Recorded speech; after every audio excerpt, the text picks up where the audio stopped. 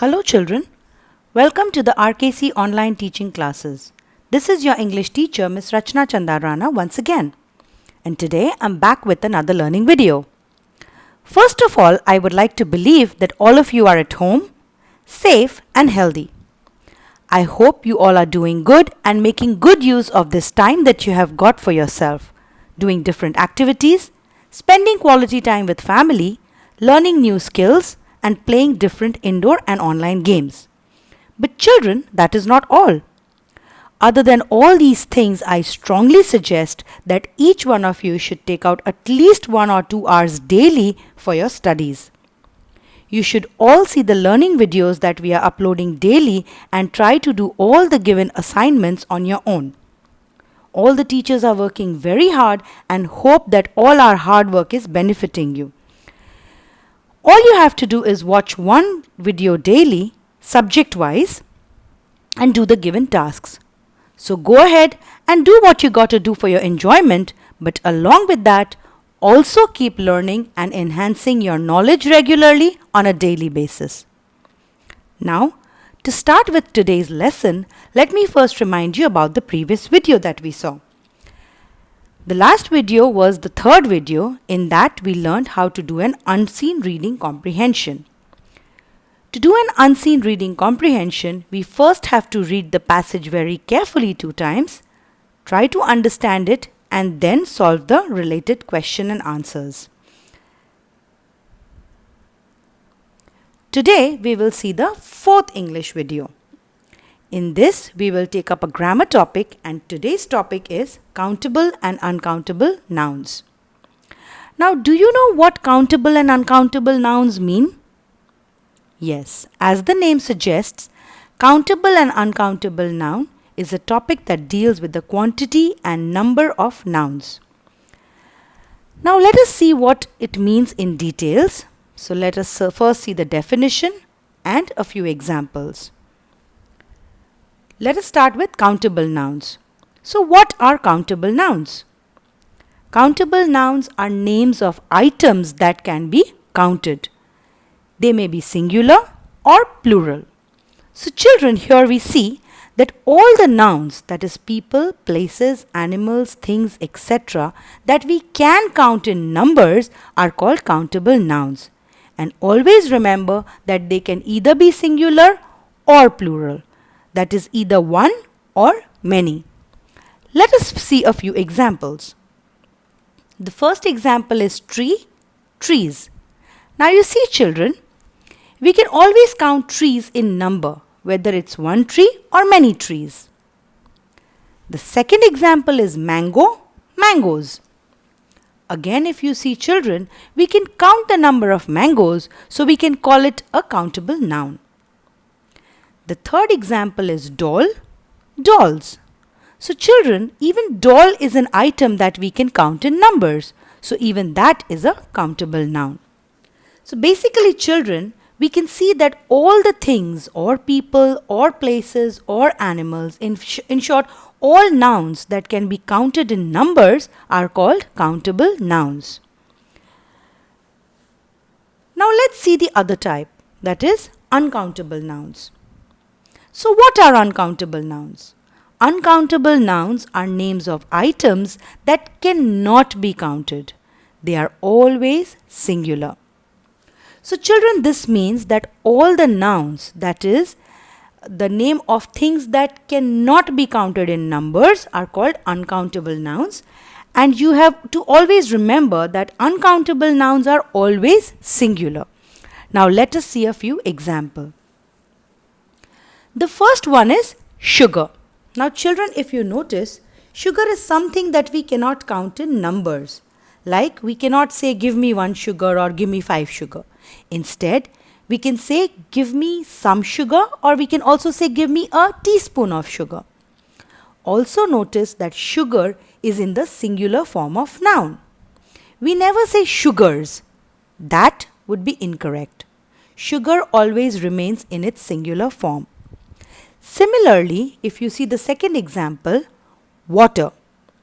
Now children, water is again something that cannot be counted in numbers.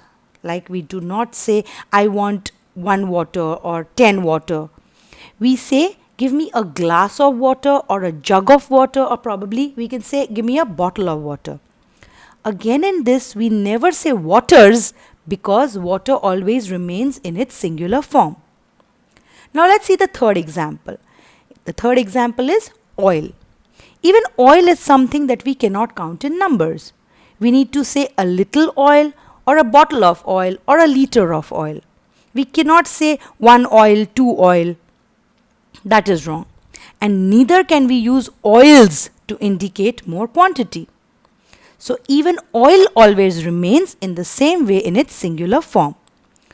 So basically, children, all the things that cannot be counted in numbers are called uncountable nouns. And remember that they are always in the singular form. Now students, we need to remember some basic facts. That is, with countable nouns, we use words like a, an, few, a few, or many. For example, a boy, 1 horse, many books, an orange, a few grapes, etc.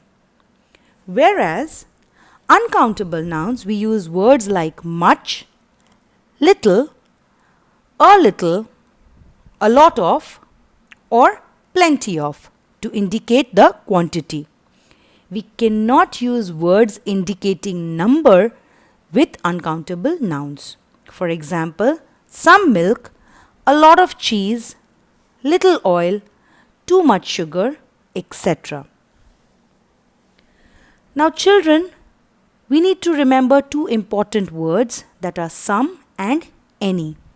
These can be used with both countable and uncountable nouns. For example, some oil, some pencils. Now see in these examples, some oil is an uncountable noun, whereas in some pencils is a countable noun. See the other 2 examples, any soup, any book. In this, any soup is an uncountable noun and book is a countable noun. So we can say that some and any can be used with both countable and uncountable nouns. So children, I hope that the concept of countable and uncountable noun is clear to you all, and to reconfirm that, let us do a few exercises. I have 3 simple exercises for you which are so easy and simple that you can do them on your own in your rough book without any help from anyone. For reference, I am sending you the pictures of these exercises in the WhatsApp group. Please read the exercises very carefully and try to solve them, and I will send you the answers of these exercises tomorrow so that you can check and see for yourself how much you have understood the concept of countable and uncountable nouns.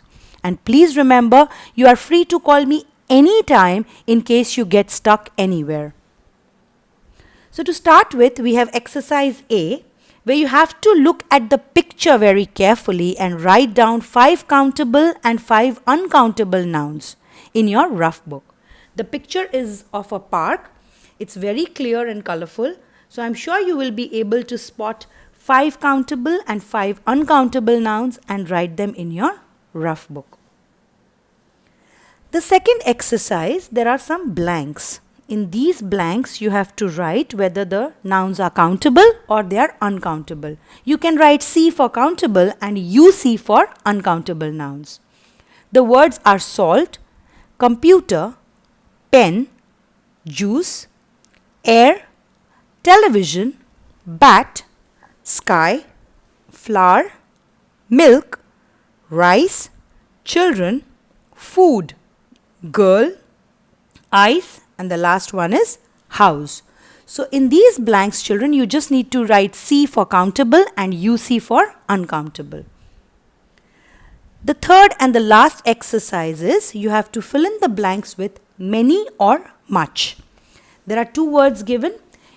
You have to fill in the blanks either with many or with much. The first one is dash students came for the music show.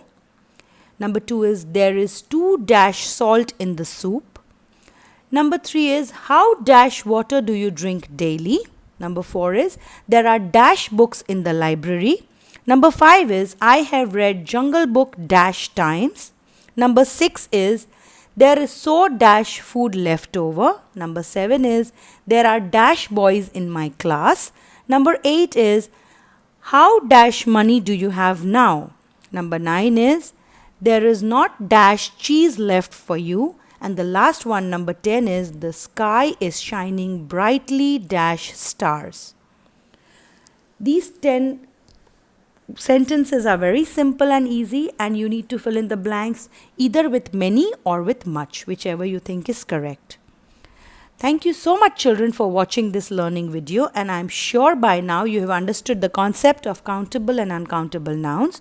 So please watch the video twice, do the exercises, check your answers tomorrow, and remember, you are free to call me anytime if you have not understood anything. This is me, Mrs. Rachna Chandarana, signing off, and I will be back with another learning video very soon. Till then, stay home, stay safe and healthy, and most importantly, keep learning. Bye-bye.